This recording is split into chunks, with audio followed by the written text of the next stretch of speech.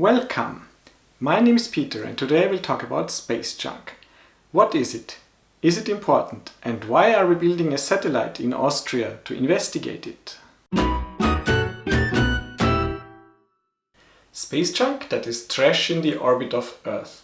For example, old or broken satellites, small particles like paint chips or fuel residue, rarely also remains of collisions or explosions in space, and sometimes parts of rocket launches. If a rocket launches, the first stage falls back to Earth, the second stage continues into orbit with the satellite, and then they disconnect. During this disconnection process, certain connecting parts can be lost and they stay in space, in orbit, and they are space junk. And the second stage might also stay in space and become space junk. In the end, we only wanted the satellite in orbit. Space junk stays in orbit because of its high speed. If you want to stay in a stable orbit, you will need to move sideways so fast that gravity does not pull you closer to the surface of the Earth, but it pulls you into a circular path around the Earth.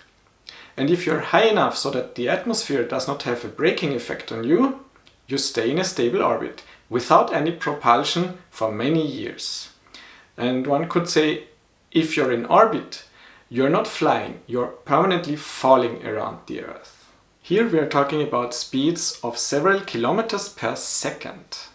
That is faster than usual guns can reach, and at that speed even small particles are dangerous and can cause significant damage. Therefore, evasive maneuvers of space stations and satellites are sometimes necessary. This uses up fuel and increases mission costs. But we can only evade an object if we know about it early enough. In the worst case, we are talking about the Kessler Syndrome. This is a chain reaction where collisions make further collisions so likely that human spaceflight becomes impossible for several generations. There would also not be any working satellites left in orbit. Now we might ask ourselves, would that be such a bad thing? Well, without satellites, GPS would not work anymore. So our cell phones, our cars, our airplanes would need to use a different technology to see where they are. Also, we would have less accurate weather predictions, because there would not be any weather satellites anymore. Satellite TV would not exist anymore, and cable TV is often connected via satellite, at least for the non-local stations. Our lifestyle would have to change. We would have to find new technologies and make new innovations to compensate for the loss of satellite technology. And the topic is a hot topic, because several companies are currently planning to send many satellites into space. Starlink plans to send 12,000 satellites, OneWeb 650 and Project Kuiper 3,200. Overall, those are more than twice as many satellites as humanity has sent into space in total so far. So, do we need to be afraid of space junk? No, because luckily there are methods for avoiding it. For example, it is important to actively deorbit rocket stages and satellites at the end of their lifetime.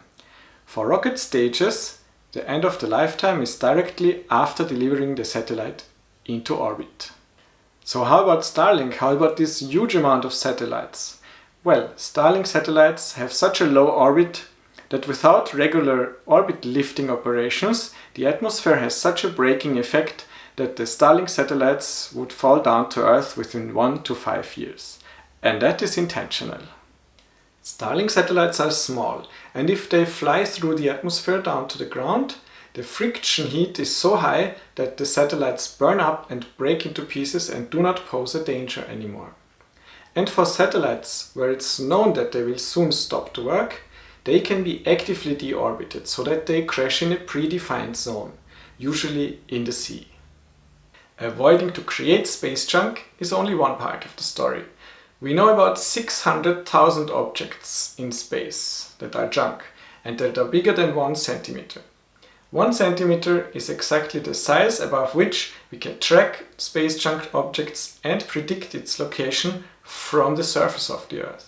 But if something is faster than a bullet, even if it is smaller than 1 centimeter, it can already be very dangerous. Smaller objects cannot be tracked from Earth. We can only estimate how many there are and where they are. We get such estimates from inspecting objects that have been in space for a long time. For example, we can inspect the solar cells of the space station for impact signs.